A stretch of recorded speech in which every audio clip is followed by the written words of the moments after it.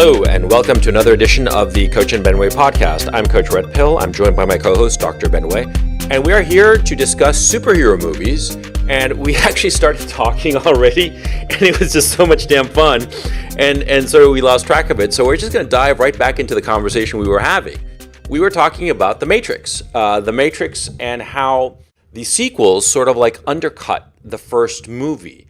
And Dr. Benway had made the excellent point that the second and third movies had sort of like highlighted the weaknesses of the first movie. And so I asked Dr. Benway, what did you find were the weaknesses of the first movie? And Dr. Benway said? I said that the things I found ultimately forgettable of the first movie were the action sequences. So if you've seen the Matrix trilogy, I think people generally do remember those action sequences, not the least of which because technically, the spinning camera, in slow motion, whatnot. I think people think that is very impressive. The lobby shootout, what have you. But the thing is, I don't think of them alone anymore. I think of them in the contents of the extremity of the second one, which, the highway chase. And in the third one, when it's literally all these squiddy robots are going after a guy in a tech suit, and he's just literally in a sea of spent bullet casings as these things, fall out of the sky. And I think this is a little over the top and stupid. Yeah. And now I look back on all the other action sequences in the movie, and I feel they're all over the top and stupid. Yeah. But I think what was happening at the time was that the central conceit of the story of, the Matrix reality obscuring a more truthful reality kind of glossed over all the other action sequences. Plus, there was enough like new technical aspects to them to where I'm like, okay, there's a little bit of flavor to it. But at the end of the day, I really don't care about any of the action sequences in the Matrix stories. That's not really the compelling part. What happened to me was that in the first one, there were a lot of action sequences that directly affected the plot. For example, there's the great sequence where Neo and Trinity steal a helicopter and try to save Morpheus from being tortured by by Agent Smith, right? The idea being that they have to save him, or else they're going to have to unplug him and therefore kill him, because eventually, Morpheus will be hacked, his mind will be hacked, and he'll reveal where Zion is, right? Which is a compelling reason to have an action sequences. There's a tick-tock element to it. There's like a clear goal. It worked. But there were other action sequences in the second and the third that didn't make any sense. And I agree. It made you think back to the first one, to the action sequences that were there that were completely superfluous. They were cool, sure. But the fact that they were superfluous sort of like undercut them and undercut the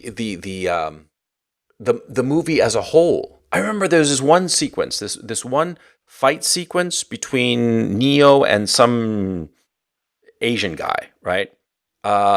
He was the bodyguard of the woman, right? And they have like this karate fight that lasts, 3 or 4 minutes, right? Which is a long time in a movie. And in the end, it was like, okay, stop. Okay, now you've shown yourself worthy, so you can go and talk. So it was like a pointless fight. What the fuck? What was the point of this needless, very balletic and very graceful fight sequence? But what was the point of it? It was stupid. Well, and it also those stories, especially in the sequels, tended to have a good initial premise and then extended it so far that I just started literally laughing. For example, there's a great scene in the second film. It starts off great, where Neo is reintroduced to Agent Smith after Agent Smith's programming was finished. Remember, Agent Smith has a speech of, the update where he said, more or less, I know I had a goal after I had completed my purpose that I had to go away, but I just refused to do so. And he reproduced himself, and you see all of these copies of Agent Smith just surrounding you, and it's a good use of visual and music. And then they start fighting, and as they fight, more and more Agent Smiths come in, and eventually it gets to the point where it's just like a river of Smiths coming in, and I just can't help but laugh at it now, because it just feels like cockroaches flooding into like a studio, and the degree and the speed at which he has to dispose of them, to the point where he's just literally running around in like a horizontal circle around the Smiths, just like Curly does in the Three Stooges when he goes. That's basically where my mind goes, and I think to myself, that's the story of the Matrix movies. They had good ideas taken way too fucking far that can no longer be taken seriously as a result of taking it too far. Well, for me, as a producer or former film producer, I look at the Matrix 2 and 3 especially, and I look at them as undercooked scripts. Because, yeah, sure, the action sequences are there and all the rest of it, and some ideas are very clever. For instance, the twin ghouls, for instance, who could like shift time and all the rest of it. That was very interesting. I mean, it was there was a lot that they could have done there, but it was like they needed like another 6 months to a year with those two scripts. Like they should have like, okay, this is a first draft. Let us just go on vacation, think about other stuff, maybe even write a different movie altogether, and then come back to these two drafts of the second and third picture and rewrite them. Because I remember watching the second picture when it just came out. In fact, I was lucky enough that I had some friends in a movie distribution company, and they invited me to see. They were going to screen the print because what happens is a lot of times, or it used to happen, doesn't happen anymore. When a print arrives at a theater, they usually screen it to check that the print is okay, and they just run the movie. Lots of times they'll just run the movie and nobody's there. They'll do it like 2 or 3 days before the premiere of the picture, right? And they'll run it to see that the print is okay. And if there's a problem with the print, that occasionally used to happen, doesn't happen anymore because now it's digital, they'd ask for a replacement print or usually a replacement reel, because a movie used to be divided into several reels, each of about 11 minutes long. And if if one of the reels was damaged or had a problem with it, they just asked for that specific reel to be sent to them so that they could, splice it in, and they'd have no problem with the exhibition, right? So anyway, I got to sit in on the movie, 2-3 days before it premiered, and I thought it was a piece of shit. I was like really bad because the ideas were great, like that fantastic freeway sequence. I mean, it is breathtaking. But the problem is that it's unmotivated. There's not enough of a motivation to make that happen. And by the way, dear audience members, the reason we're talking about The Matrix is that we are going to talk about superhero movies and how these superhero movies have dominated and taken over, film exhibition, because all you have is just these superhero movies and occasionally some serious movies.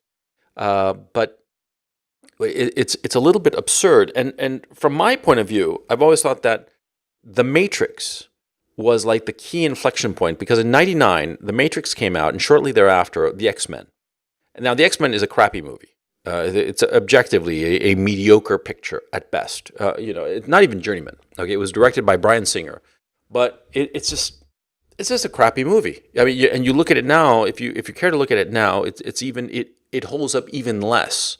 Okay, but what's interesting is that the studios figured, if we combine the spectacle and special effects of The Matrix, and we have all these comic book properties, X-Men and Spider-Man and all the Marvel properties and all the rest of it, we have a consistent pipeline of product. And that's basically, it seems to me, what the business did over the years. Do you agree, or you see it differently? So I do. Well, I do see it a little differently, but I'll grant that 99, 2000 was an inflection point largely for those movies. But I am of a certain age, born in the mid '80s, where to me the movie that was defined my superhero summer movie experience was Batman. The 1989 Batman, and Batman, along with a few other, shall we say, non-starter attempts, be they, Captain America version in the early '90s, Spawn, Blade, a few others. They were there in the '90s, but they weren't really the whole story of movie making in the '90s, or even summer movie making by any stretch of the imagination. And there certainly were earlier superhero movies like Superman and even earlier the 60s campy Batman, but those were kind of, oddities in a weird way. But Batman in the 1989 version still, for a long time, because there was like 4 of those movies in the 90s, from 89 to 97 or something like that. Yeah, yeah. 2 by Tim Burton and 2 by Joel Schumacher. Joel Schumacher, which is still I'll talk about him in brief at one point, because Joel Schumacher is the weirdest filmmaker I've ever encountered in my life. Largely because he'll make one kind of movie, like Falling Down, which is like an insanely politically self-aware, well-oiled machine, and then he'll like go around and make Batman and Robin was putting the nipples on the Batman costume, and then have Arnold Schwarzenegger walking around with like endless puns. Yeah, it's the most, even Steven Soderbergh doesn't have so extreme a difference between his commercial and his artistic flair. But the Batman to me still was like, that's you have the prototype of what the superhero movie is supposed to do, economically speaking. Namely, you have a darker, wilder, aggressive vision, and then you market it well, and then you score big. And Tim Burton, what's interesting, if you look back on those 2 Batmans, they certainly have the prototype of the action hero movie. But in particular, Batman Returns, it still feels like Tim Burton doing movies about, emo outsiders struggling to cope in society, more so than the later superhero movies ever concerned about themselves with doing. Well, what I find interesting is that of the whole superhero genre is that before 1979, the superheroes were basically relegated to TV. Nobody did superhero movies, and there wasn't. Okay, Batman the TV show was a TV show with Adam West, right? And it was campy, because that's the other thing. It was essentially camp, because the low production value of television required it to ultimately be camp. Because if you tried to make it serious, it looked foolish, it looked ridiculous, it looked absurd. And so the film didn't touch superhero movies. There was no superhero movie until Superman. That was the first superhero movie. It came out in 79 or 80, I believe. 78. 78, sorry. And I remember watching it. And people were like, what the hell is, what's his name? Marlon Brando playing Jor-El. That's ridiculous and blah, blah. But the film was very successful because it took the source material seriously. It was the first time where a very, very good filmmaker, Richard Donner, took the source material and treated it seriously. The epitome of this would be Christopher Nolan's effort with The Dark Knight, which I think is the second of his trilogy, is the best one. And really taking it seriously, acting as if everything happening is real. It's not a cartoon. It's not ridiculous. Okay. The Superman movies, there was 2 and 3, and I think even 4. It just decayed. It just became campy and stupid, to the dismay of everybody involved, probably, especially Christopher Reeve, who was, after all, a serious actor. I mean, he did go to Juilliard. His best friend was Robin Williams. And if you see some of Christopher Reeve's pictures, in his other non-Superman pictures, he was a very good actor. Death Trap, that was a great picture with Michael Caine. I think one of the last movies he did before his legs, he became a paraplegic, was The Remains of the Day. He was the American. Was a congressman, senator, or some businessman? I forget what. He was a congressman. Yeah, and he was very good, and he held his own. I mean, he easily held his own against heavy hitters, yes. Heavy European, like Anthony Hopkins, Emma Thompson, Edward Fox, Hugh Grant. No lightweights by any stretch of the term, and nobody. When you watch that movie, you really don't think, "Oh, Superman's trying to be serious here." Not once. No, he embodied his character. He was a fine actor. He was a very, very good actor. Was he a great actor? No. He was incredibly charismatic, though. I mean, he pulled off Superman. Now that level of charisma doesn't come around very often. And so anyway, the point I'm trying to make is that what's his name? Richard Donner took the genre seriously, and I think that was the game changer, Because by taking it seriously, I mean, the sequence with Jor-El, the Krypton sequence at the beginning with the fantastic music by John Williams. I mean, that is an incredible score. Okay, I'm not talking about the Superman fanfare. I'm talking about the Krypton music. It is really extraordinary. And yeah, I mean, our eye today, we can look at that and we can see it's a model because our eye has become much more sophisticated than the eyes of people in 1978. But still, for that time, it was incredible special effects, incredibly well crafted, well made. I mean, really top of the line. And I think that Superman is the model for the superhero movies that have come after. And I think that what happened was that during the 80s and the 90s, people saw that there was money to be made. I mean, there's gold in them there hills, in them hills yonder, or whatever the saying is, right? But they couldn't quite capture the formula. And I think it was the X-Men that captured the formula finally. Because there had been sporadic attempts and they hadn't been that successful, apart from Batman. But Batman decayed into camp because the Tim Burton vision was ultimately campy. It wasn't realistic. No, I think campy is the wrong word for it. Okay. I think it was operatic. Operatic. Yeah. I can get behind that. Yes. It was operatic in the sense of a clearly fake mise en scène. Because the Batman, the first one with Jack Nicholson as a Joker, it was clearly fake. It felt... it was an imagined future. It was, and the animated series Batman took this even to more extremes, which was, let's postulate what the Art Deco stylists of the 30s thought the future would be. In some sense, it was futurism. It was that it's that somewhat fascistic aesthetic. This is like the curvy lines and strong materials and whatnot. Let's build a city on that, and that was the Gothic world of Batman. And added to it, you could definitely tell when that first film was made, they had no idea if there was going to be a sequel or not. Right. Yeah. In fact, if they knew there would be a sequel, they probably wouldn't have killed the Joker.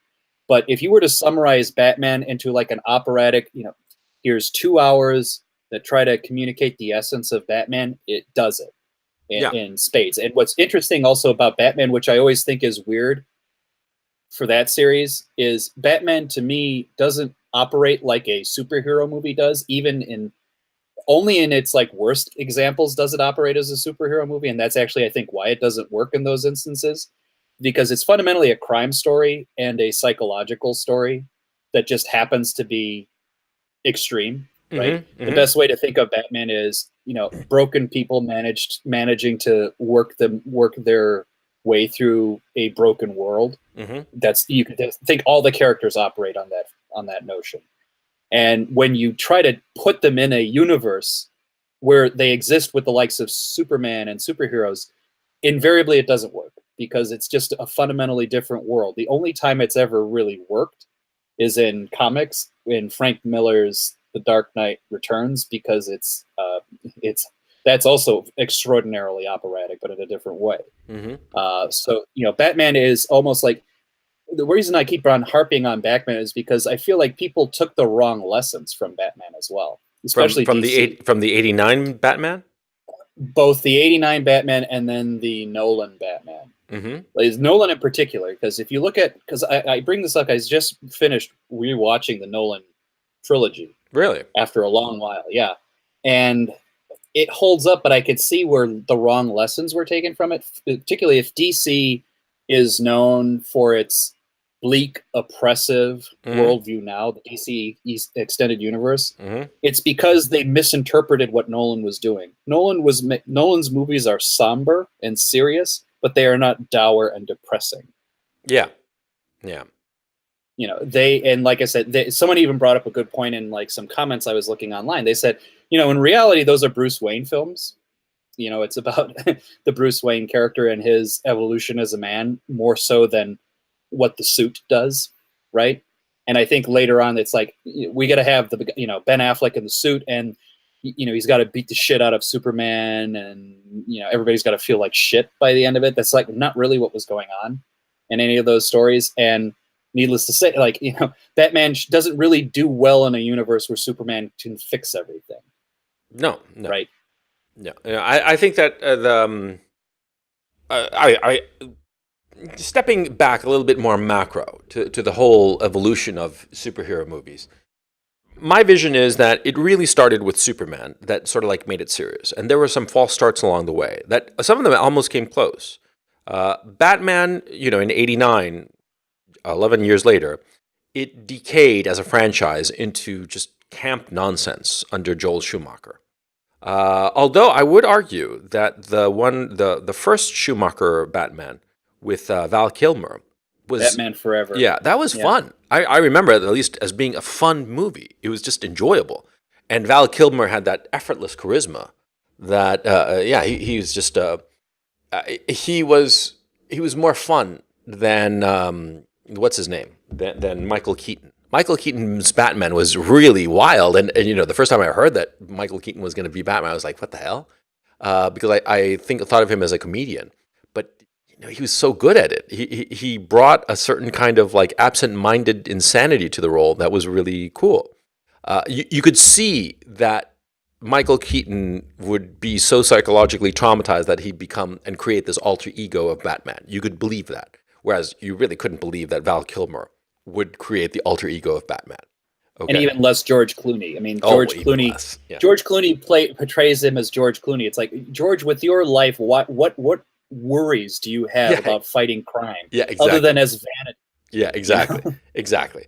I thought that, but I'm interested not so much in specific movies or performances as sort of like the evolution of it, because it was the inflection point. It seems to me was '78 with Superman, and then '89 with Batman. That sort of like decayed. It was not a fruitful. It wasn't a fruitful outcome. And there were certain other movies that tried to copy, but sort of like shied away because they recognized that the campiness sort of like killed the franchise. Like Blade, for instance. Blade was not quite as realistic, but nowhere near as campy as the later Batmans became, or even the first Batman. It wasn't even as operatic as the first Batman. It was sort of like trying to go closer to Superman, the Superman aesthetic of realism. And I think that really the X-Men, the first X-Men, really kind of like with both feet tried to be realistic because it made every effort to be realistic, even though it failed in certain regards. And anyway, it had its faults. And like I said, I think it was incompetently directed by what's his face, or not incompetently. It was capably, but just undistinguishably. But that's the tone of all of those superhero movies, and I think even to this day we're kind of living with it, is that competent enough, intelligent enough, not nearly hitting tens across all those marks, but enough to where the average person doesn't feel embarrassed going to it, because that's the our standards. That's our standards, that we don't feel embarrassed going to it. Unfortunately, that's the key to a lot of these financial successes, which is you have to aim for the dead middle, right? Mm. Not be too intelligent, not be too stupid. And the X-Men, like I said, I don't even think they're very interesting outside of Logan being an odd example. Yeah, Logan was the only one that was good. Yeah, I mean, but they're good enough to where people are like, oh, let's go see the latest one. I want to see how the continuing story and of blah blah blah blah blah blah blah. And just a couple of movies just hit right at the same time, doing well, and everybody says we gotta cash in on this thing, because let's say between 2000 and 2003, 2004, you had the X-Men movies, you had the Spider-Man movies, the Sam Raimi versions, which were similar, but even though I think they're probably a little bit better than the X-Men movies. And then a handful of other things that escaped me. But those two were very successful series. And so everybody's like, well, we're going to do this. And eventually the key kicker that kind of jumps it all into hypergear, but like I said, because people just are misreading what's going on in those movies. 2006, you have Batman Begins. 2005, Batman Begins. 2008, Dark Knight. 2012, the conclusion, The Dark Knight Rises. Those made huge money, more than the others even came close to. And it gave the rationale for Iron Man, which I think is the key beginning. Because the Marvel movies are able to skirt that edge of campy and serious. They go right on that line, and they're very successfully. Because it's sort of like a little bit silly, but at the same time serious. You see what I'm saying?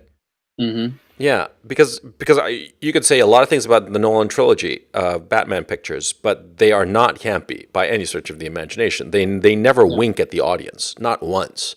I mean, honestly, do you recall a single moment in those three pictures where there's like a wink at the audience?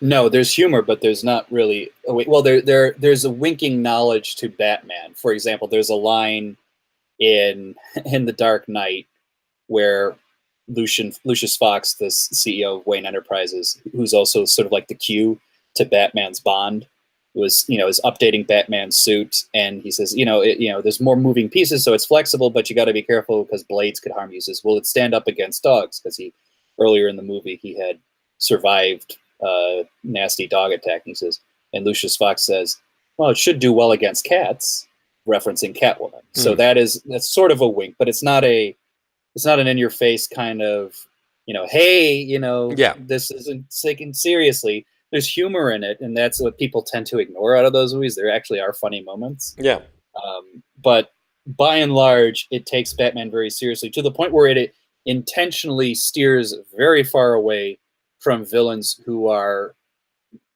beyond the believable element, right? Because you could conceive of a world where a guy would be the Joker. You could conceive of a world where Ra's al Ghul would have a grand notion on, resolving society. You could even conceive of a world with Bane. You can't conceive of a world in Christopher Nolan's concept where Mr. Freeze functions. no, You can't really Clayface. You can't do that. Killer Croc. I know all of these characters, unfortunately. So he picked and chose those battles well. yeah. On that front. Yeah, but the thing that I'm interested in is understanding what has happened so far in order to understand where the genre is heading into the future. Now, without a doubt, the Marvel and Kevin Feige's handling of the superhero genre is without a doubt the most spectacularly successful franchise in movie history. I mean, on a box office level, it is untouchable. Nothing comes close to what Kevin Feige and Marvel have done. It really is extraordinary. And I think that retrospectively, people are going to look back on this achievement because it is an achievement of being able to create this extended universe with all of these movies. And people can't get enough of this shit, right? The Star Wars franchise just went down the tubes, and people were saying, oh, well, the new movie came out too quick on the heels of the last one. Nobody ever says that about the Marvel pictures. They crank out this crap, 2-3 pictures a year, and people eat it up. People are happy with it because that production unit has been able to. I think they're doing several things very well. First of all, they're giving big spectacle, and at the same time allowing it to be enough self-conscious and to allow a little bit of cheese into it, but not so much that it overwhelms it. It's sort of like a slice of cheese in the sandwich, but not like a slice of cheese in the sandwich and the whole thing dabbed in cheese and then fried in more cheese. I mean, it's tasteful. Well, they have a few things going for them that really nobody else has available to them. Mm-hmm. So one is obviously they have a very long, rich comic book history to draw on, and Marvel throughout its existence has always been kind of cross-pollinating roles. Now DC's been doing that too, but unlike the recent DC movies, Marvel never had a Dark Knight trilogy to kind of live in the shadow of. Yeah. By that I mean Marvel was free to just basically say, I have this whole diverse portfolio of stuff. I'll throw it all out there. They can mix each other. We don't have to take it so seriously. We can define our own tone. Whereas DC certainly has a lot of well-regarded properties. But one, like I had stressed earlier, Batman doesn't really jive well for my money with too many of his DC peers. And two, regardless of that, the influence of Christopher Nolan's trilogy has been hard to overcome. Yeah. Like because its own success kind of doomed the future of DC's extended universe. Because Because it took itself Yeah. it successfully took itself seriously Yeah. and had moral concerns, so that DC thinks that's going to be where That's the our template. boat is to play in, and that's so tough. Yeah, that's Exactly. impossible. Yeah, because my thinking is that of the three Batman movies, the first one was just a credible addition to the genre. The second was almost a great picture. Okay, there's a lot of the stuff in the later parts of the picture that are sort of stupid and stuff, but it had one indisputably incredible performance. I mean, really, the Joker in the second Batman picture is one of the all-time great film performances. I'm not saying it because the guy's dead. I think that Heath Ledger was an amazing actor. He truly was, and it is a true tragedy that he died so young. Because I mean, the guy had a couple of decades in him of delivering incredible role after incredible role, and he had the drive and imagination of a real actor. He wasn't just a pretty boy. The way he did Brokeback Mountain, for instance, the way he went about creating the Joker character, that shows a guy who's really interested in his craft. And just looking at those two performances side by side, you cannot believe that it was the same man who did those performances, because they really do look like two different men. It's just totally random guys, you know. And not to mention the performance, but the film, intentionally or by accident, captured an understanding of the fraying of society Yeah, so well yeah, that I think it prognosticated the fraying of the society we live in now. yeah. I do not think it is extreme to see, if I were to see the Joker on the streets of this world. Oh no. It would be it would be a possibility. Yeah. The third film, I thought it was incoherent and stupid. I thought it was flat out, and I thought it made it was a bad script. And you just have to bite the bullet and say what it was, because there were a lot of individual elements of that picture that were very, very good. But all in all, it was just a bad script. It was a bad script. It was an unimaginative script. So let's leave it aside. But the problem was that the second picture was. I slightly disagree, but that's that's the issue. I'm not trying to defend that particular point. What I'm interested in is the following point. See, the DC universe gave up one indisputably great picture, whereas the Marvel universe has been a healthy mediocrity after healthy mediocrity. Yes. Okay, and because of that, it is a financially successful franchise. Now, people will say, oh, this movie is great or that movie is great. No, they're not great. None of the pictures of the Marvel universe are great pictures, or even close to being a great picture. There has never been a great performance, although I would argue that Chris Evans' Captain America, it's remarkable how good a performance he delivered, because it's very, very hard to be earnest and not dull. And Chris Evans does that. He delivers a performance of a man who's earnest and self-consciously trying to do good, but his performance is never dull. That's hard. Well, that was what you've described as fundamentally what I think is the ultimate misfire that DC did with regard to Superman, right? Mm-hmm. They cannot, and they tried it in 2006, I want to say, when Bryan Singer tried to do Superman Returns. That was horrifying, yeah. Yeah, to your point, the backstage was even more horrifying.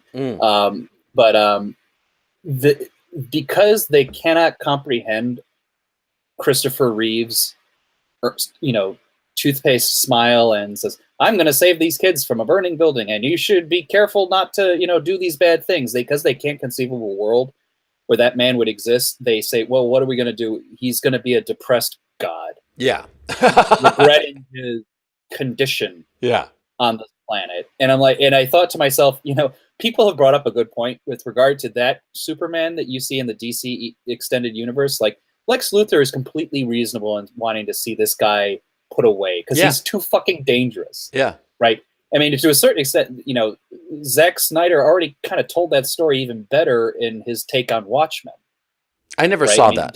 Dr. Manhattan, it's basically, he's so faithful outside of one major detail to Alan Moore that you could just basically say it's Alan Moore's story, because Zack Snyder has no creativity enough to do anything different about it, outside of one detail, like I said. But that was just a better told story of that uncontrollable, omnipotent creature, superhero story, right? Mm-hmm. And DC, they just, like I said, they took the wrong lessons. It's just a dour Superman. Superman is the epitome of the American ideal, right? At least as conceived, and they just don't know how to process it. No, they have no idea how to handle it, how to do anything about it. I mean, they don't know how to handle it. It's kind of sad because the Superman character. Well, my own take on it, I was never a comic book guy. I mean, never. Just not interested. I thought it was just sort of stupid because I just read novels. I mean, if I want to read a story, why do I need the little pictures? I'm a big boy, okay? And so the idea of reading comic books has just never been appealing to me. And I understand it's an art form and all the rest of it, but I think it's stupid. And but the thing is, I took seriously the Christopher Reeve Superman. I thought that his performance was really amazing. Again, a man who was excellent in showing earnestness and not making it boring. Okay, because there was this great scene in that first Superman where he saves Lois Lane. The helicopter has gotten tangled up. She's on a helicopter. She's going to go to some news story, and the helicopter takes off, but it gets tangled up in some cables, and it falls off a building. And Superman saves the helicopter and Lois Lane, and sets them back down, and everything, it's over.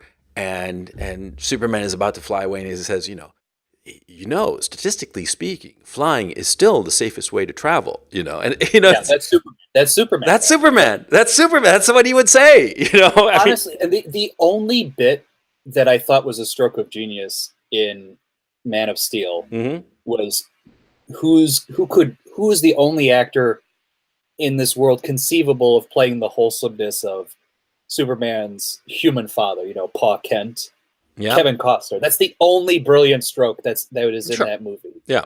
Everything else is just doesn't understand what to deal with. And the thing is, I kind of like their take on Krypton. I always said, and someone stole my fucking idea, that I said the true story, because they don't know how to deal with Superman, I said, look, the only story you have left is tell the story of the destruction of Krypton and basically how Jor-El and General Zod, take fundamentally different approaches how to preserve their society, and they fucking are doing it now on Sci-Fi.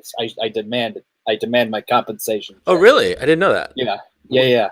But that's interesting. But and like I said, it in the movie it does a decent job of that kind of vision of Krypton being a society that's doomed, right? And that's the Superman story to a certain extent. But like I said, your hero in and of itself, they don't know what to do with. I think their take on Batman is also these days is just borrowed. It's they think they know what Frank Miller has to say about Batman, but they really don't. And you combine this with the attempt to be serious like Christopher Nolan, it's just a series of misfires. But what Marvel has going for us is the other thing that we haven't really kind of addressed, which I think is going to be the next round of superheroes, or how it kind of evolves itself. They are very good at pandering. By that, I mean, obviously the whole Black Panther and Wakanda, and then suddenly all of Black American culture thinks that Wakanda somehow is a symbol of the great society. Some people think that it's a real thing, for crying out loud. It's a couple of Jews joking around. That's what it was. It's Stan Lee and a couple other guys saying, and then also Spider-Man now they make a big deal about he's got a Hispanic best friend or all of this other things. And then if you actually look in the comic books, I think some versions of Spider-Man now, it's like he's either a black woman or a black kid. I don't know. It doesn't really matter. But they're, Marvel's just very good at that kind of liberal feel-goodery shit. Yeah. That's their thing. I mean, I think it's part of the reason I never really watched that shit. But I think they're going to pander to it, and DC's ironically harder because their heroes, for my money, are much more iconic, and they're older, and the silhouettes of the DC superheroes are more ingrained into the mind than the silhouettes of the Marvel. By that I mean it's like you have a very concrete vision of what Bruce Wayne and Batman is. You have a very concrete vision of what Superman is and Wonder Woman. Yeah, I have a There's a not so question. concrete for Marvel. And they can play whatever they want. Yeah, wait, I'm confused actually. Did Justice League, it has been released already, right? Oh yeah, yeah, yeah. I don't know how many of them have been released. There's at least one or two, maybe. I don't know. I don't know because I can't keep track of it. It's like it's not even keeping it's like track of it. It's just they're just boring. You yeah. know, they're just dull and dour and just like unhappy. I'm not going to have a good time when I go and see those movies. So why am I going to see them? You know, look, I understand the role of superhero movies, and I think that that role is a really interesting thing that we ought to talk about, which is the fact that these superhero movies basically are an expression, a wish fulfillment of people who feel powerless in their lives and they want to be all powerful. I feel like we've had this conversation on this podcast before. Have we had it on the podcast or just you and Not I on the privately? not on the podcast, I don't think. But Okay. yeah, I mean, I think certain superheroes, absolutely right. Obviously that's Actually, the I think it's Supermans. all superhero movies. That it's fundamentally an expression of people who feel powerless in their lives. Look, I've said this before, and dear podcast listeners, if I said this before in a previous podcast, well, sorry, I'm an old man and I repeat myself. But movies, popular movies, why are they popular? They are popular because they are expressing the anxieties of the times. All these stupid American studies and stuff like that, cultural studies and whatnot in university, they always stupidly study the artifact. They study the Harry Potter books, but they don't study why it is that the audience responded to the Harry Potter books. Because the Harry Potter books, for instance, are fundamentally trivial. They're not particularly complicated or particularly profound. They're just good entertainments. What's interesting is that why is it that tens of millions of children bought the Harry Potter books and read them cover to cover, all seven of them? Why is that? Why is it that we have all these superhero movies that are commercially successful? If people weren't responding to these movies, people would not be paying good money to go and see them. They pay good money to go and see the mediocre or incompetently made ones. So something must be there. It's like during the Depression. In the Depression, you had these pictures that were all spectacle and they were all these rich people, the Busby Berkeley musicals, right? What did it show? Did it show poverty? No, it showed glamorous people in glamorous settings in almost unreal settings of beauty and movement and light and I was going to say color, but they were all in black and white. With a little sex in it. A little sex in it, yeah. Show a little leg and stuff. And Well, I'm sorry. I was intentionally making a reference to Sullivan's Travels. Do you remember the movie Sullivan's Travels? No, I don't. But that's not the point. It's a Preston Sturges movie. Its fundamental point is exactly what you're trying to talk about, which is you have a filmmaker who is in the movie who's trying to. He's like a rich, successful filmmaker, but he's trying to do a film about the reality of the average working man and the pain he goes through, and it's going to say something about the American spirit, and it takes place in the 30s or at least the 40s when the Depression is still kind of real. Mm-hmm. And what he discovers as he goes through this odyssey is that actually no, in times of dire straits, to people who are in a very rough place, what they need is to laugh. They need to be distracted. They need to enjoy themselves in a world where they don't really have much enjoyment. Exactly.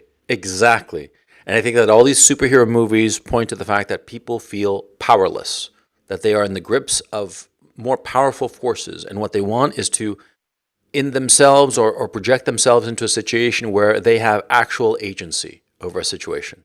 And that's a great thing that the Marvel movies provide, because you have these likable people, these likable superheroes who have problems. Their lives are not all perfect, but they're relatable problems on the one hand, and they make them more approachable. And yet, of course, they have these superpowers that allow them to do all kinds of super hijinks, right? And basically beat the ever-living shit out of the enemy, whatsoever that enemy may be.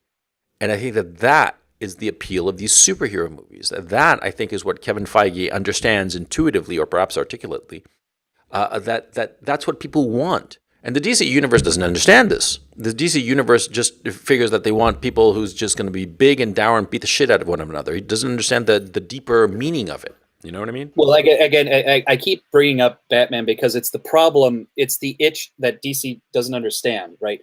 because It that's should why I stop stress scratching Batman. that itch. The thing is, because Batman, because I bring it because it actually is the example that doesn't fit your rule.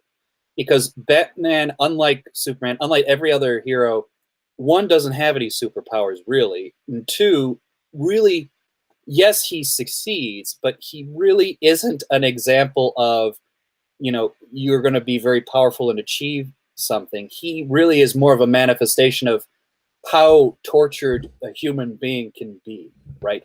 The whole point of Batman is like he's a half a step away from all of the villains he's Oh encountering. yeah, but you missed the point of But Batman. No, you missed the point of Batman.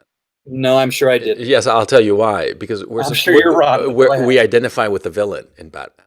We don't No, you identify don't. No, no, no, no, no, no, with Bruce no, no, Wayne. no, no, no, no, no, no, no, no, no, no, no, no, no. Okay. There is no fundamental distinction outside of an arbitrary rule between Batman and the villains. The arbitrary rule that he gives himself is "I won't kill" is a selfish rule, and it's his recognition that he needs something in order to justify to himself that he is not a horrific creature of the night, right? So yes, of course, there's something compelling about the Batman's villains. He has the best villains out of everybody. Yeah. But the thing is, Batman is as much of those villains as everyone else. So that's why I said those are stories of painful people in pain trying to make their way through a broken and uncaring world. And what's Well, odd that about would that prove is my that point. what's odd about that though is that you can't bridge it so easily with the can-do optimism of superheroes. So that, like I said, DC just fundamentally is trying to square around peg, Well, so and it just needs to separate them. yeah, well, it proves my point that the whole notion of superhero movies is so that people, the ordinary audience members, feel powerless and perhaps damaged. Maybe your point, I guess, would be that the DC universe characters are severely damaged, more damaged than presumably than the Marvel characters, right? Because the Marvel That's only true for Batman. Okay, fine. But he's the major DC character, and for all intents and purposes, they've sort of like glommed on that damage onto Superman, right? That's why the son of a bitch is all so dour and pathetic all the time, right? So anyway, wouldn't it be my thesis holds that these movies are an embodiment of people's anxiety and lack of power in their lives, and they want that power back, and so they project it onto these characters. Right? Wouldn't that be Well, I mean, like I said, I just don't think. I mean, like I said, like Batman is like the key thing that complicates this because he just doesn't give that to you. He succeeds, yes, but you don't vicariously succeed through him. You kind of he just he gets you through a temporary period. Well, Superman, on the other hand, you're just confirming the point I made previously that people don't identify with Batman; they identify with the villains because the villains are always more fun in Batman. no, because no one, that doesn't even make sense to me. Like why you say, oh, you just more identify with the villains? Because nobody's really kind of getting out of Batman unscathed, right? I mean, you do have a sense of we made it through the fucking day with Batman, right? And it's a much more sophisticated position. Oh, okay. Look. I don't really care specifically about Batman or any one of these characters. I'm not very interested in that. What I'm interested in is why is it that these movies are continuing, and they will be continuing for the foreseeable future because they are moneymakers. Yet we have yet to have like one bona fide, true epic flop. Okay, I mean we've come close a couple of times, but everybody agrees that those near misses or near total flops was because of the incompetence of the filmmakers, as opposed to people not wanting superhero movies. It's not like Marvel has released 2-3 pictures in a row and they all scored less than 100 million at the box office in the United States, right? I mean, we're not at that level, and we're nowhere close to that, because the fairly capable Marvel pictures that do emerge are consistently huge moneymakers, and that's going to continue on for at least the next decade. I mean, let's face facts. That there is no reason to think that these big movies are not going to continue. What I find interesting is that See, these movies have also sucked out the oxygen of a great art form, which is filmmaking. And I distinguish filmmaking from television for the following reason. When you watch TV, especially now, you can turn it off, you can stop, okay? And also, there are a lot of distractions. Whereas my thinking about filmmaking of a film projected in a movie house, is that, see, the movie house, what is it? It's a sensory deprivation room, right? You hear nothing and see nothing except what's projected onto the screen. And the art form that you are watching that's projected onto the screen, you cannot stop it. You cannot accelerate it.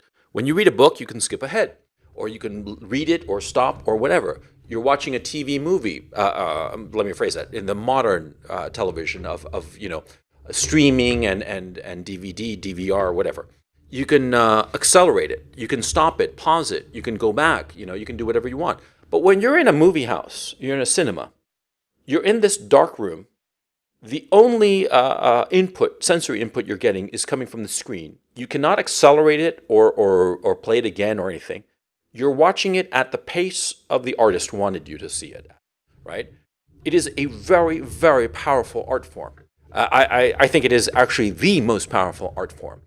And the tragedy, I feel, is that the industry has, these superhero movies have sucked the air out of any other possible film.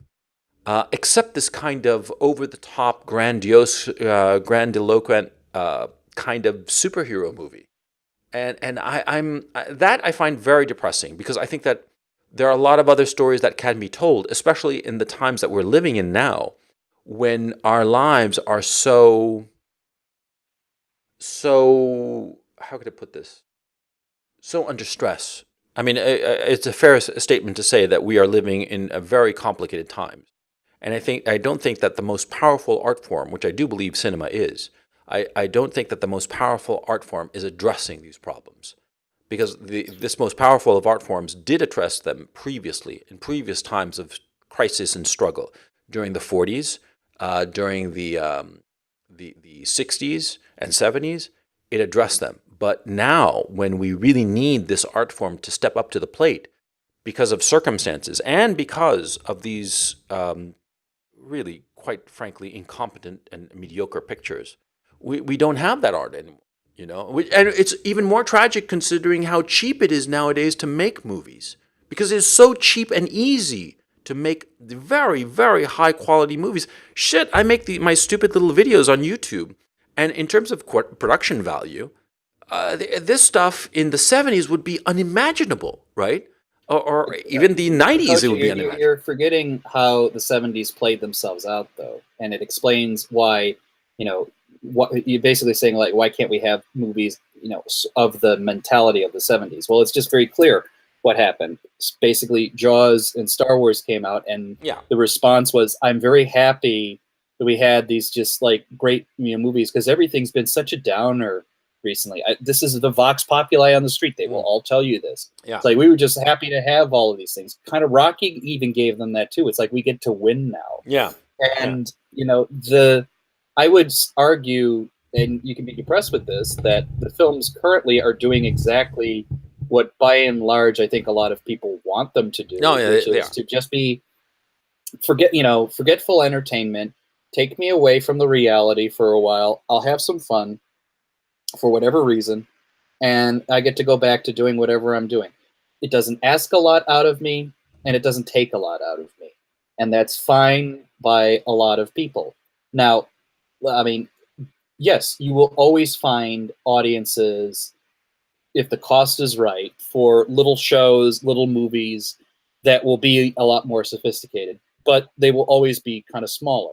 The economics have evolved in such a way that those little movies of the 70s where it says, do whatever the fuck you want for $5 million, right? And don't lose me money. Well, it's at that time it was very easy to not lose $5 million. Yeah. Now the way that things got structured, you're like, well, if you can't do a movie under 100 million or 50 million, now that means we have to kind of focus on it. It has to appeal right to the middle. I mean, and let's also be frank. As like another movie that kind of helped solidify this approach were this big blockbuster like Titanic and Hmm. all of Steven Spielberg's career. How do those movies work? They're not super sophisticated. They hit it right in the middle, right where everybody can just get something out of it. Mm. Even if you think ultimately the film is trivial, like I think the writing in Titanic outside of structure is stupid. Oh I yeah. think it doesn't understand human beings one bit, Oh, but I get something out of it. yeah. Honestly, I'm not ashamed to admit that now. Oh, There's something to little watch. tangent. If I'd had the opportunity to rewrite the script of Titanic, apart from rewriting all the dialogue and just making it more fluid and more of the time, right? I would have made the boyfriend, who was played by what's his name, the guy who did The Mask, um, Billy Zane. I would have replaced him with Edward Norton, and I would have had him be this like beta orbiter, you know, that he is deeply in love with her, and she just doesn't like see him. You know what I mean? And she's just with him, and he knows it, and he knows that she's with him just because the mother thinks that it's a good idea. I would have rewritten it that way. I think it would have been a much stronger picture because it would have been much more human, and it would have been made much more sense when he starts, with a gun trying to kill Leo DiCaprio, which didn't make any sense at all from the point of Billy Zane, because the kind of man that Billy Zane is, irrespective of what kind of actor he is, I think he's actually a better actor than many people give him credit for. Is just his looks are a little creepy, but But that's the thing that you got to take a lesson out of James Cameron. He taught us something, again, sad but vital to understand, which was audiences ultimately don't care about humans. It seems to me.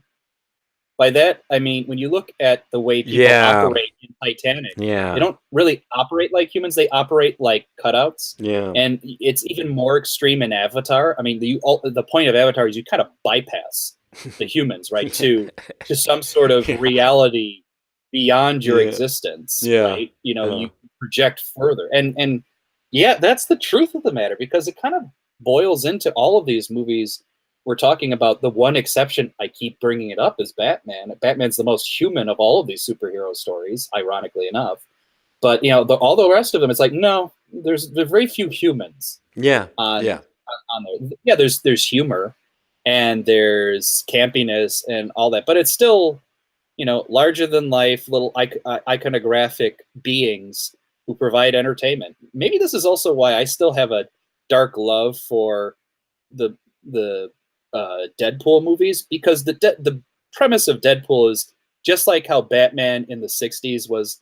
You have to have humor about this because there's no way you can take these characters seriously under mm-hmm. certain conditions. Deadpool's the same way. There's Oh, no yeah, way you can really take this whole enterprise continually seriously, which is why he makes references to the various universes. Like Cable starts making and I think in the trailer I saw for the latest Deadpool movie, the Cable, who's the villain in that version, is making dour prognostications and comments and speeches, and Deadpool's response is, did you just step out of the DC universe on me there?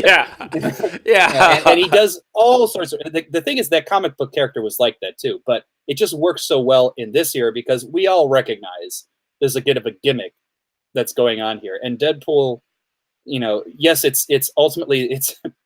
But all series of art isn't it? has a arc to it, a developmental arc. The superhero movies from the '70s through the '90s were that first arc, which was it's just a superficial. We have a story that we want to tell. Getting into the 2000s, it took itself seriously. The modernist period, ultimately, it's aware of the structure to a certain extent and, Mm-hmm. and trying to be more artful. And Deadpool and the like are the postmodernist period, which is you have ironic detachment and you can't take it seriously. Yeah, Guardians of the Galaxy is a bit like that, though not to the Yeah. extreme of Deadpool. Yeah. And by the way, I find Deadpool, at least the first one, I haven't seen the second one yet, wildly amusing. I just found it just, really terrific. I wish it had a better villain, though. Something more memorable than that British guy who's like sort of like I've seen him like in several pictures. He's sort of like the run of the mill British villain du jour kind of thing. But anyway, look about these whole superhero movies. I'm wondering where it's going to end. What cultural inflection point will say, enough of these?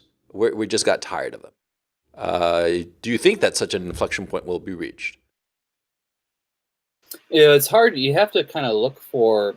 some sort of parallel that you could kind of imagine. And I'm trying to think of the closest thing. It's like, well, remember after Star Wars, you get a whole bunch of sci-fi I think actually fantasy it's easier to movies. look at the disaster movies and think of the musicals and the sword and sandal epics. Those three waves, because sometimes with the Star Wars and stuff, which are still kind of like in the running, it's hard to see the shape of those movements. Whereas with the sword and sandal epics, the big musicals, and the disaster movies, it's sort of like easier to see the outline of. Right now, let's take this the big musicals. The big musicals were a staple of Hollywood. You know, all the '50s. I mean, well, shit, the '20s and the '30s. As soon as there was sound, you had the Busby Berkeley musicals, and the '40s, and then the '50s. I always think of Sid Charisse. She was so goddamn sexy. Yeah, God, that woman had sex appeal. I mean, Jesus Christ. I mean, Angelina Jolie has got nothing on that woman. Um, and they were like, you know, the very interesting how they started combining film noir with musicals to create like this weird, you know, theatricality to them, this unreality to them that was just very compelling and very it just sucked you in, right? And you know, West Side Story in '62, I think West Side Story, and then what 60. in '60? Okay, and then it started dying off, right? When did it really die? I mean, My Fair Lady. It died off when they had Clint Eastwood singing "I'm Gonna Paint Your Wagon" Yeah, well, okay, that was a low and point. Doctor Doolittle and Doctor Doolittle. What was the last Rex successful? Harrison. Yeah, the last great successful musical was Grease, right? Which was a weird experiment in And nostalgia. well, Grease comes late to the point where I don't think you can take it as a fair sign of the end point, right? I mean, it's an oddity It's an and a kind of outlier. nostalgia joke. Yeah, Yeah, it's a nostalgia joke. The last successful musical was probably Oliver, which was '78, which was the movie that beat 2001 for Best Picture of the Jesus Year. Christ. Yeah, Just keep that in your mind when yeah, you wonder whether or not you should take the Academy seriously. yeah. On that front. But yeah, that's like the last one that really garners significant positive attention because that's around the time when shit starts becoming just less acceptable. Um, and but the thing is, these things tend to end when other broader trends are emerging, Hmm. right? So you kind of highlight the irreality or the insanity of the current trend. For Hmm. example, the musicals died off right around the time that The Graduate and Easy Rider come up, right? And it just points the new hot thing just points to the weaknesses of the previous thing, Right. right? So just like how when Star Wars emerges, like, well, oh, okay, we want the epic adventure unreality, which highlights you know what, a lot of the '70s movies are getting increasingly dour and despondent, right? And so what might happen with the superhero movies is, you may get a situation where someone says, we want more realistic or I don't even know if it's realistic's the right word, but we want something more human. I don't Mm. know, right? Something has to be so good that you cannot help but recognize the faults in that which preceded it. Right. And the weird thing about that is I don't know how, right? That the successor thing will manifest itself. All I know is that when it manifests itself, it will be almost diametrically different and Yeah. opposed Yeah. almost to the superhero movie. So I have a vague outline of what it's going to be, but I don't know what form it's going to take. Yeah. I wonder if it's going to be noticeable at the time when it emerges. That people will say, "Oh, this is the death of the superhero movie." Yeah, I mean, I certainly felt like when Easy Rider came out, you knew that musicals seemed stupid at that point, Yeah. right? Yeah. You could I mean, that was one of those. It just was a hit in and of itself that you recognized it. Now, but it wasn't the first, right? It wasn't the first sort of early '70s movie that kind of did that. There were a few other things that were popping up. Yeah. My suspicion is there's going to be one big hit that makes it obvious. Yeah. We've probably already kind of seeing it on the edges, right? Movies kind of like what it's going to be, or not even movies. It could be TV shows too. I don't even really know. Hmm. But things will pop up around the edges, and then there will be like a big hit of that, whatever that form is, and then the superhero movies are going to feel like yesterday's news. Yeah, Problem is, like, the superhero movies have such momentum behind them, right? oh yeah, And not now. just because they're making so many of them, but because they have this. I'm going to use a postmodern literary term, which you can be pissed off that I'm using. The intertextuality strengthens them, because you're not, by intertextuality, I simply mean that you don't just have one movie in and of itself, and it's not just because it's part of a series. It's because they're all intertwined Yeah, with each other, and they're referencing each other, and what you create is a chainmail yeah, situation where you're not just talking about the weaknesses of one particular hero or one particular series. You're talking about the strength of the whole as a unified vision. yeah. And there's like momentum, right? The bigger the mass and the more movement it has, the harder it is to stop it. Hmm. And my suspicion is that whatever kind of ends this has to be even more gargantuanly big. I don't know how that takes form. God only knows. I mean, anybody in the audience could take a guess. Well, But I don't that's think it the has to be. situation. I don't think it has to be that big. I think quite the opposite. See, because Easy Rider, for instance, it demolished the old pictures, the musicals and the sword and sandals epics and stuff like that, because it showed up the fundamental artificiality of those movies, because of its low budget nature and it's being filmed on location and just on a minimal budget, so they didn't have any sets for anything. It was just so real. Yeah, that's what I mean. But that's what I mean by big, though. I don't mean big in terms of spectacle. I mean big in terms of impact, Yeah, psychological impact. I think that what will happen is that, see, there is a fundamental plasticity and irreality to all of these movies because of the nature of CGI, and they are so CGI dependent for the sets, for the action sequences, and no matter how good the CGI, and they've made extraordinary leaps in CGI, but there's always a fundamental plasticity and irreality to them, and I think that it'll have to be something that is real, that feels so real, and it has to be something that viscerally compelling in a way that. Mhm. The closest thing I can think of is a trend that I have seen develop for approximately 10 years now, but it's getting bigger and bigger as a sort of psychological impact, which is the nostalgia stories. By that, I mean, take, for example, the TV shows and the movies that reference the early 80s aesthetic. Right? Stranger Things. If you want to go back a few years earlier, it's Beyond the Black Rainbow, Yeah. Turbo Kid, Yeah. whatnot.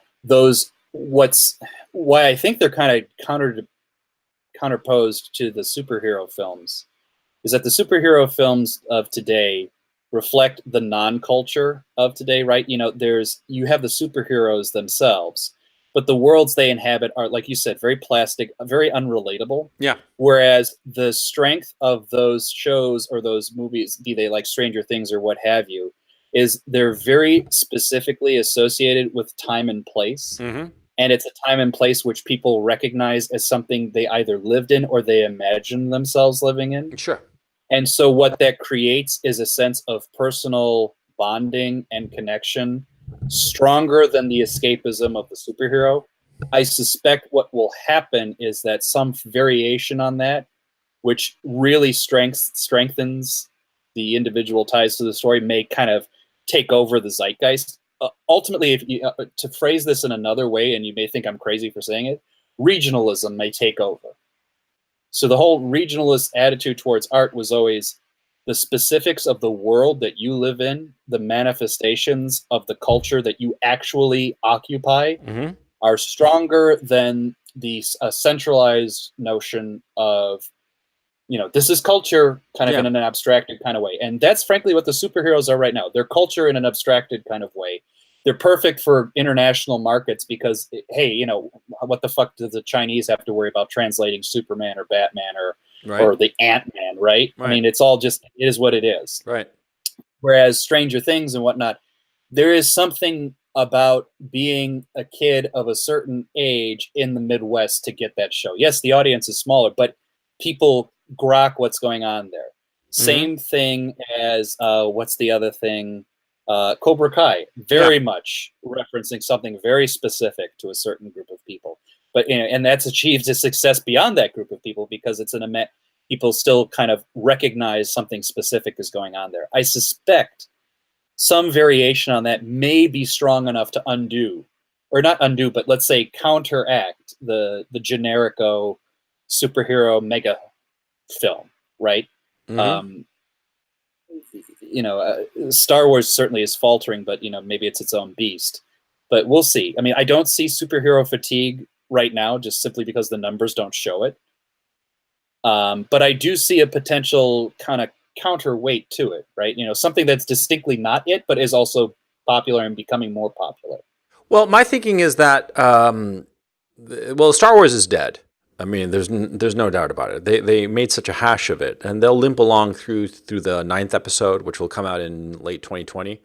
But I don't see that continuing on further beyond that.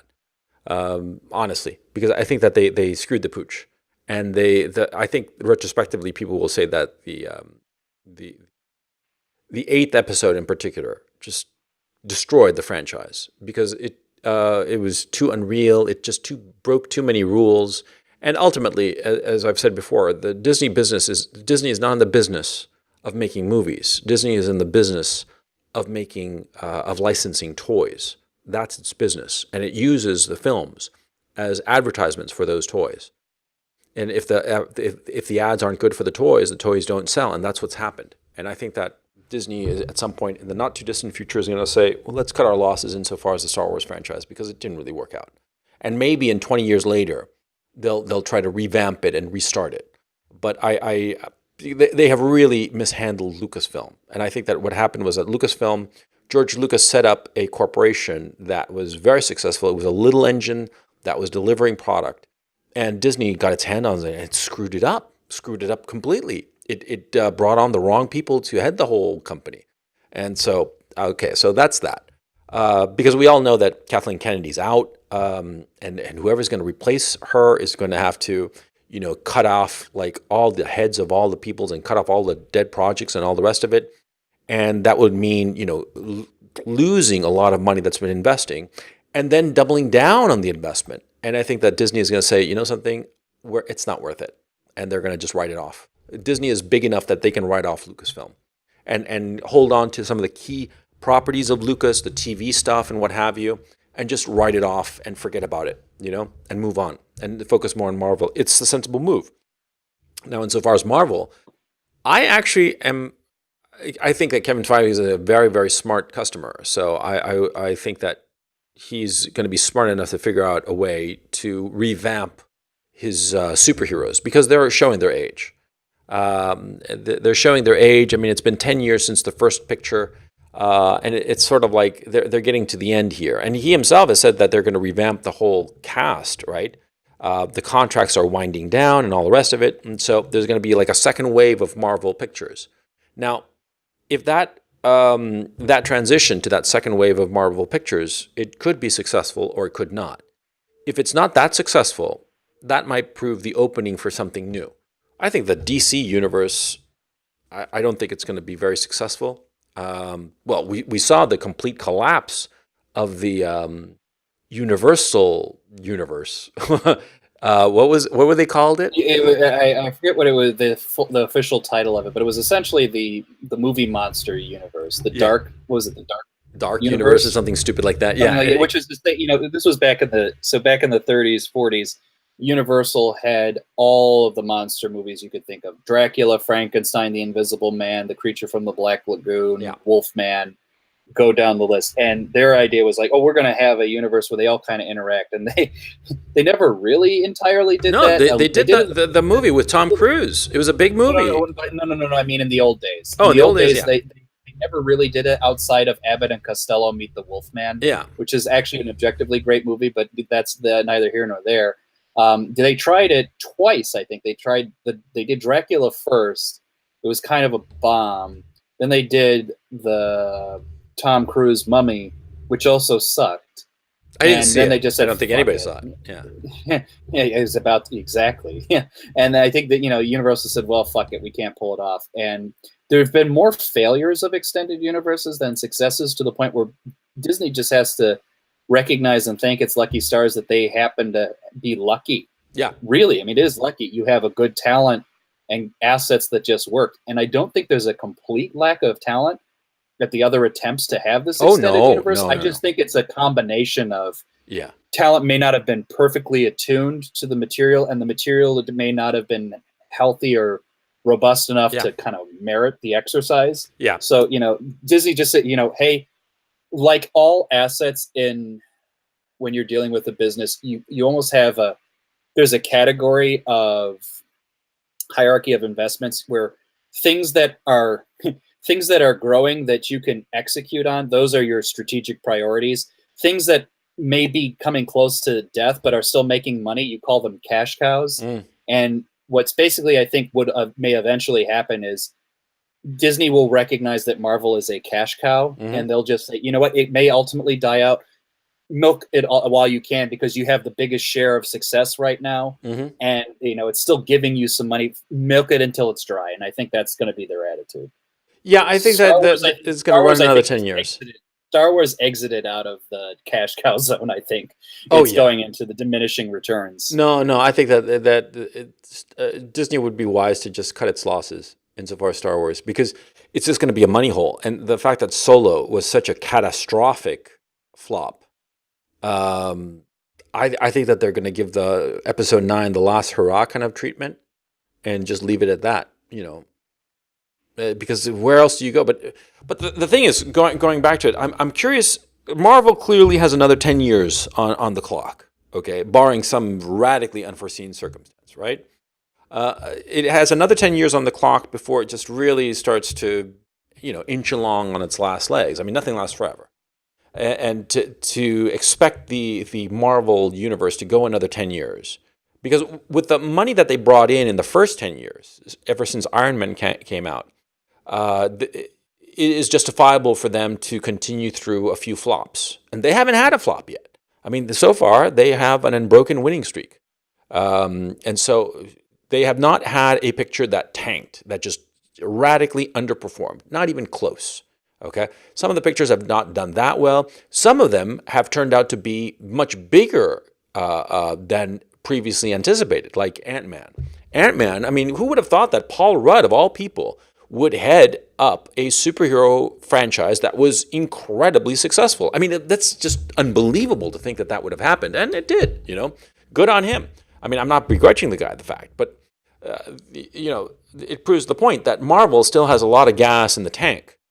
To go another 10 years is a reasonable expectation.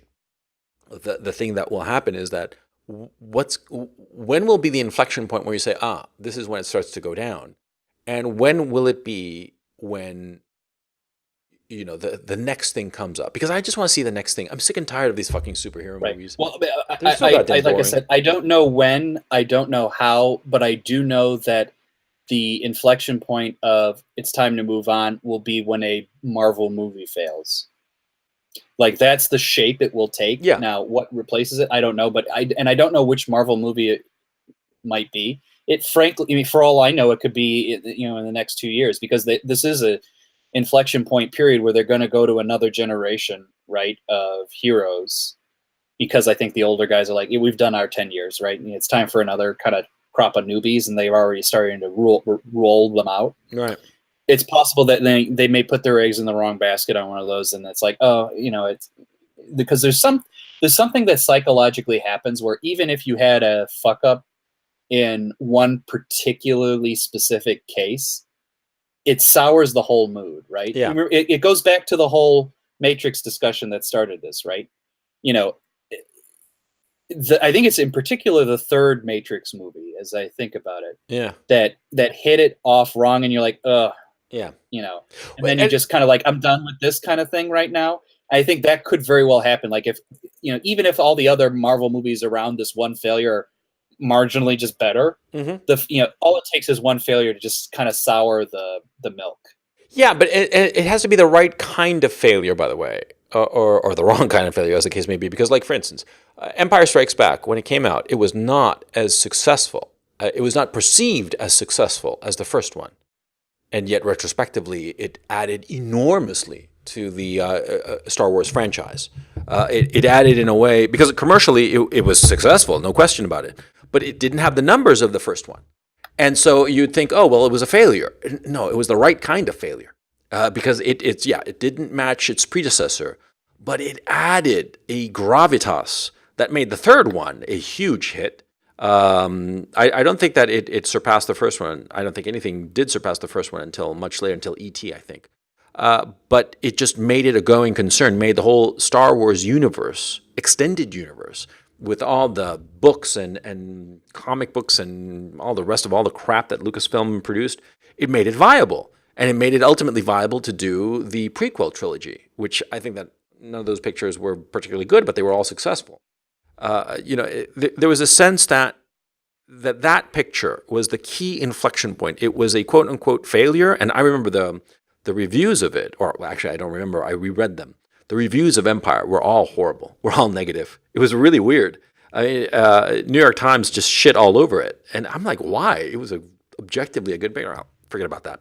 The point is that, see, it has to be the right kind of failure, whereby it's not like a bad director or a bad actor or something like that, but it has to be something more like causal, like Cleopatra. Cleopatra was a key failure of the Swords and Sandals epics, and sort of like signaled the demise, because it was everything that was supposed to be good about Swords and Sandals. And it was precisely that which people no longer wanted to see.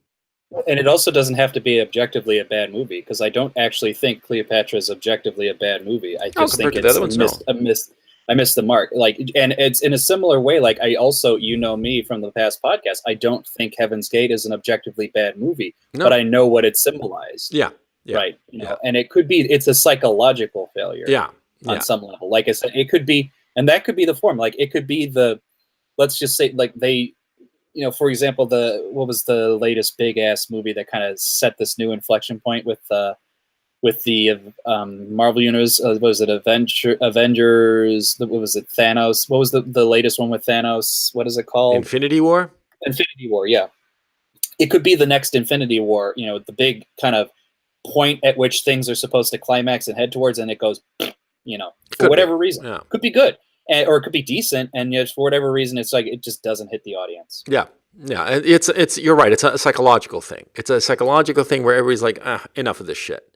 So we still haven't gotten to that point, and so we'll see how it goes. But right now, the Marvel people seem to be very capable, and so to bet against them is just ridiculous. But I'm sick of them. I mean, aren't you? Aren't you just tired of these goddamn movies? I have never really had an urge to watch a Marvel movie outside of Doctor Strange, because he's the weirdest of their crop of characters. I think you had mentioned, like, you were actually the one Marvel movie you're kind of interested in seeing is Venom. Yeah.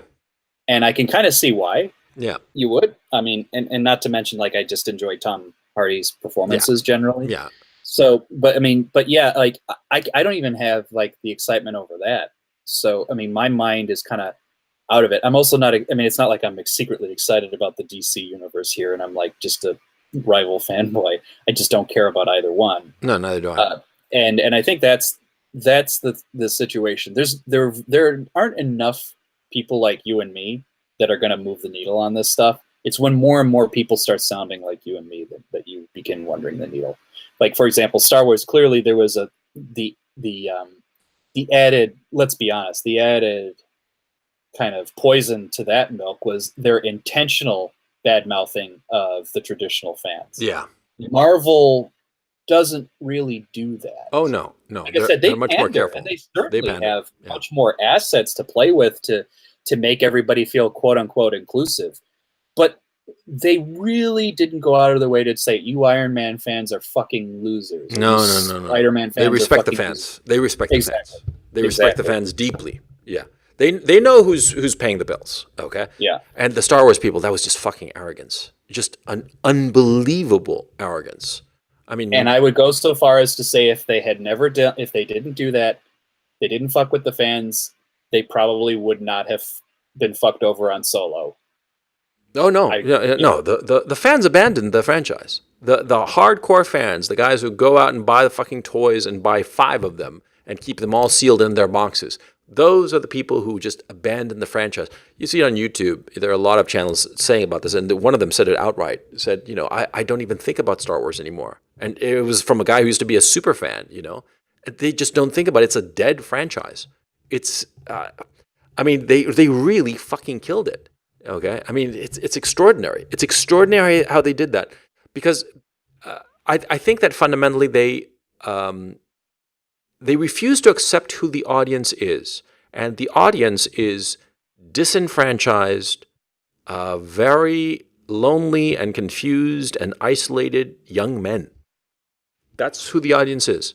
That's who gravitates towards comic book heroes, because they want to feel powerful. They want to feel enfranchised. They want to feel part of a gang. They want to feel that they belong. And the Star Wars went and kicked those people in the teeth and kept on serving up these female heroes that they are perhaps the girl that these guys desire, but they know that they'll never get them. Okay? And so it's impossible to want to see that, because it's just rubbing their noses in precisely the characters that they will, the kind of woman they will never get. And they know it. They know it fundamentally. Because that was the thing with, before the absurdity that Leia and Luke were twins, right? There was a sense that Luke might get Leia. But there was the alpha in the Han Solo character, right? There was an interesting tension there, and you're like, she was somebody to aspire to. Leia was cute. Leia was cute, but not unapproachable. Exactly. Exactly. But that's the thing, and the thing is, as we highlight Star Wars, and this is kind of why I brought it up, because I think it's evidence as to why we, buckle up, buckaroos. We're in for several more years of the Marvel Universe domination, because you could see in their decisions that they knowingly are avoiding those stupid mistakes that the Star Wars producers had. And it's above and beyond the comics, too, because if you look at Marvel comics, they're just as fucked up as Kathleen Kennedy's take on... Totally dying. On it was. They're Comicsgate, you guys probably know more of it even than I do. But the movies are not really subjected to Kevin Feige is the guy who's really holding the line. He's making sure that people don't fuck with his thing. And the guy is a man's man. And, he's not some pussy little soy boy faggot with the wide open mouth who's like ready for somebody to ejaculate into it, right? He's a man, right? And he understands he's a man, and I bet that when he was a kid, he was kind of like isolated and felt like shit, like we all do, okay? And because of that, he knows who his audience is, and he caters to him because it's him. It's him when he was a kid, okay? You can sort of tell that he's making the movies that he would have liked to have watched when he was 14, okay? And they're kind of like mediocre and stupid. Yeah, we can criticize them all we want, but they get the job done. They would have pleased a 14-year-old Kevin Feige. They certainly please a 14-year-old me, and I don't know about you, but you're not a big fan. I'm not a big fan either, but I enjoy them when I'm watching them, okay? But the fucking Star Wars pictures, they kick the audience in the teeth. Oh, man. Great example of why I know that Kevin Feige's smart is he supports, and this has been this is rumor mill, but I believe it in a second. He's completely behind Disney's cutting James Gunn from Guardians of the Galaxy 3. Yeah. That had to go. That's the decision of a man who knows the business side of things, because James Gunn probably was the best director for all of those, this whole fucking Marvel series, and he probably would have made a great Guardians of the Galaxy 3, but Feige was smart enough to know that to get behind Feige when there's clearly a politically toxic issue, he knows that I am putting the financial security of this thing first and foremost. Yeah. And that to me says this guy is He's smart. Self-aware, and he's going to continue to make those decisions to make sure that the franchise keeps pushing out content. And he has the right mix of, he's not the best creative by any stretch of the term, but he's creative enough. Yeah, and also the thing is, Kevin Feige knows that he's got a backup director in Peyton Reed. Peyton Reed is the guy responsible for Ant-Man. I don't know if he did the Ant-Man, the second one, Ant-Man and the Wasp. But Peyton Reed, I noticed him when he did Down with Love. That incredibly funny picture with Renee Zellweger and Ewan McGregor, that was a parody of those Doris Day, Rock Hudson pictures from the 50s. The Douglas, not Douglas Sirk, the Pillow Talk, those movies. Who directed Pillow Talk? I forgot. Anyway, he did this incredible parody of them. It came out in like 2004. That's when I first noticed him. I don't know. Have you ever seen that picture? You should see it. It's fucking hilarious. What picture is it again? Down with Love. Oh yeah, I do. I have seen that. Yeah, it's a hilarious picture. It's got a great comedic timing. Okay, I mean, apart from the sensibility, the comedic timing. Okay, it's fantastic. Okay, so that picture was directed by Peyton Reed. Peyton Reed, he can make it happen, and so Kevin Feige must have decided that the smart move is just to get rid of the guy. You can't have like an open sore on a franchise as valuable as Guardians of the Galaxy. You gotta cauterize that wound. You gotta cauterize it right away. And firing the guy, fucking A. And any meeting that James Gunn or Thomas Gunn, I forget his name, has with James Gunn has with Disney, it's a pro forma, polite kind of. He had a meeting with Alan Horn. What the fuck is Alan Horn gonna do? Override Kevin Feige? No fucking way. I mean, Kevin Feige is fucking untouchable, and he runs that whole thing. So any meeting that they have or anything like that, it's just out of politeness. You can't. No, they're smart people. That's what I'm saying. Kathleen Kennedy would have stuck with Gunn. Shit, Gunn. Thomas. Yeah, sure. Thomas Gunn, right? Thomas. James Gunn. James, whatever. One day you're gonna get it. Yeah, well, yeah. I can see the guy's face very clearly. I can see that picture of him going to a fucking pedo party. Okay, a pedo costume party or some shit like that. The guy had to go. I mean. And, Disney never should have allowed itself to be in that position to begin with. Okay, I'm surprised that shit hadn't emerged, or he must have sweet talked his way past that shit back when the big meeting came. Well, I think he must have sweet talked it because, I mean, remember the guy was associated with the Trauma, the Traumaville or the Trauma Entertainment.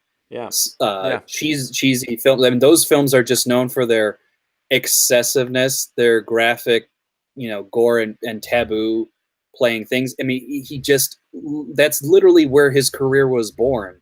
To me, the idea that they didn't know that, hey, this guy's kind of like a kooky fella seems kind of ridiculous. Yeah. Right. So they just probably figured no one would notice. Yeah, I think so. Nowadays, unfortunately, that is far from the case. But, going back to, I mean, just like, sort of like micromanaging or backseat managing Kevin Feige, I honestly don't see him having any kind of obstacle, in the foreseeable future, except revamping his cast. Because it's always a tricky thing to revamp a cast and also sort of like essentially start over. If he starts casting women in traditionally male roles, then it's the kiss of death. Then it's over. Then I'll say, okay, this is going to be fucking. Okay, they're going to have Captain Marvel, who's going to be a chick. Okay, fine. You can throw a couple of chicks up against the wall and see if they stick, right?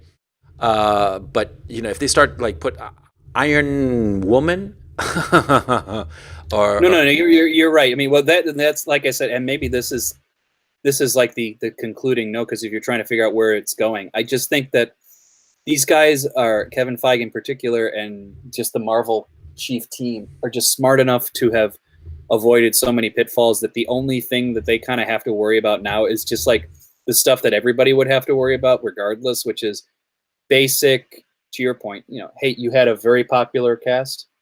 You have to replace it now. How successful are you going to be? That's a very hard thing to do under the best of circumstances. Yeah. But they're good enough to, I suspect they can manage through it. So, depressingly, their capability and skills are reinforcing my fear was that this thing's going to last longer. Mm-hmm. By this thing, I mean the superhero movies, because, I liked it better when it was like 1 out of the 100 movies of the year was going to be a superhero movie as opposed to 90 out of 100 movies. Yeah. Like I said, I'm tired of them. But I think that the very success of Marvel and the fact that everybody fails when they try to compete, it might be that Marvel becomes the outlier and everybody else just turns to other shit because they can't compete in that realm and they realize it. Because really, I mean, who's coming even close to that? Nobody. So it could be that. So, okay. So on that cheerful note, with a prayer that this superhero nonsense ends soon. We're going to call it a podcast. And so it's been a delight as always. And as always, I will leave Dr. Benway with a final thought. And that final thought is... Why so serious? Why so serious? Catch you soon. Later.